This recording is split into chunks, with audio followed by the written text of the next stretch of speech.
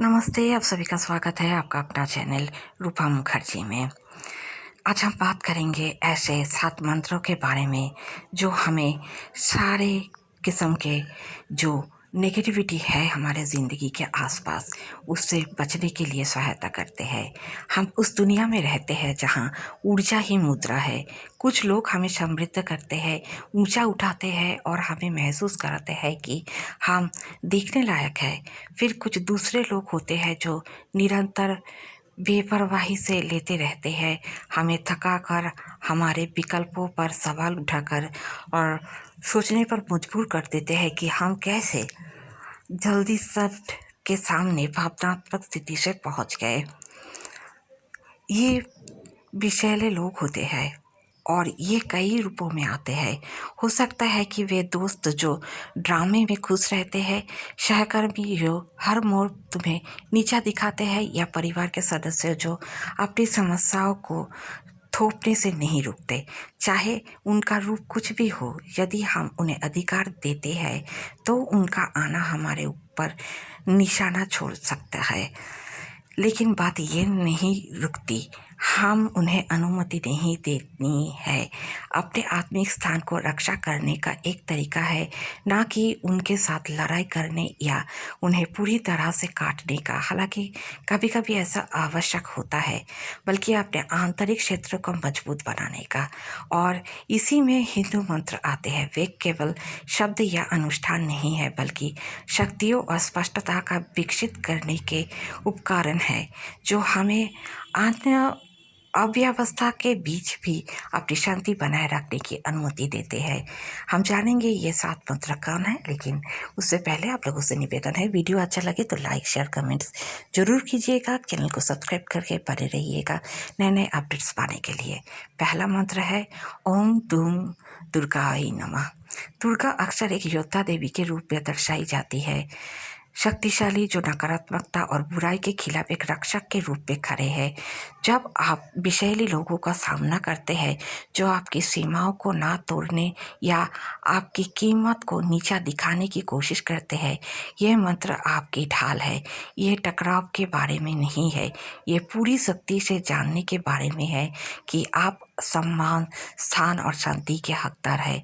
ओम तुम दुर्गाई नमः का जाप करके आप दुर्गा की ऊर्जा को बुलाते हैं, स्वयं को याद दिलाते हैं कि कोई भी आपका मानसिक और भावनात्मक क्षेत्र हड़पने का अधिकार नहीं रखता है।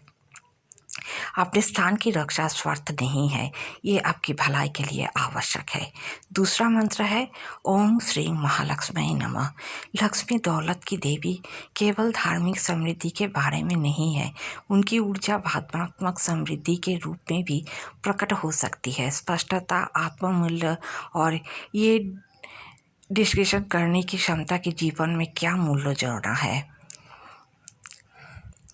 ओम श्री महालक्ष्मी नमः का जाप आपके ध्यान को अंदर की ओर केंद्रित करता है, आपको आपकी भावनात्मक समृद्धि पर केंद्रित करता है और आपके शांति की रक्षा में मदद करता है। आप किसी के लिए भी भावनात्मक पांचिंग बैग बनने नहीं आए हैं।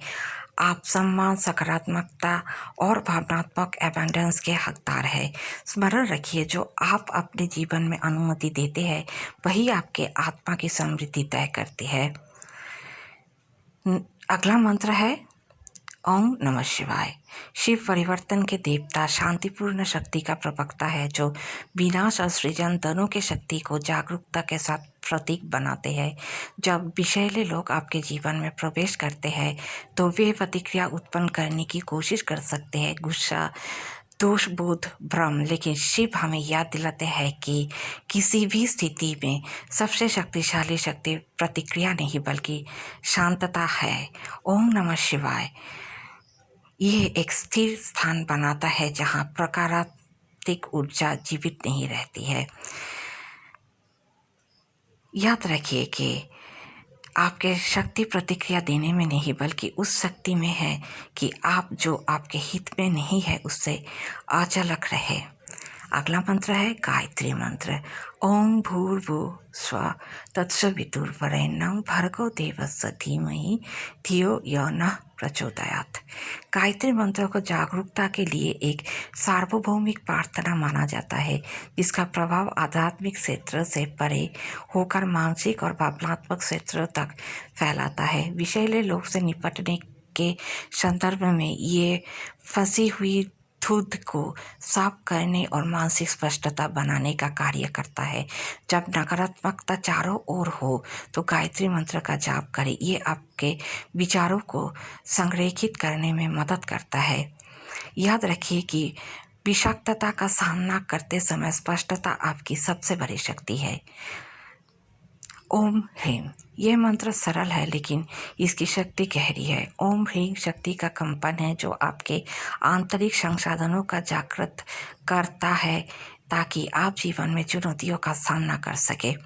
लेकिन ओम ह्रीम आपको याद दिलाता है कि आप जो भी विपरीत है आपके ज़िंदगी में, उन सारे चीज़ों से आप अधिक हैं। ये आपको अपने स्वयं की शक्ति, स्थिरता और पार करने की क्षमता से जोड़ता है। स्मरण रखिए कि आपकी ताकत जन्मजात है, कोई भी इसे कम मत समझे। अगला मंत्र है महामृत्युंजय मंत्र। ओम त्र्यंबकम जजामहे सुगंधिम पुष्टिवर्धनम पूर्वारुक्मिव बंधनान् मृत्युर्मुक्त्य अमामृतात्। महामृत्युंजय मंत्र को अक्सर मृत्यु पर विजय पाने वाला मंत्र कहा जाता है, लेकिन इसकी शक्ति भौतिक क्षेत्र से परे है। भावनात्मक क्षेत्र में ये एक सुरक्षात्मक कवच के तौर पर कार्य करता है, जो उन नकारात्मकताओं या हानियों से सुरक्षा करता है जो अन्य लोग आपको भेजने का प्रयास कर सकते हैं। यह दिव्य रक्षा का आह्वान है, खासकर जब विषैली लोग आपकी स्थिरता को भंग करने का प्रयास करते हैं। और आखिरी मंत्र है ओम प्रणं श्री गुरुभ्ये नमः।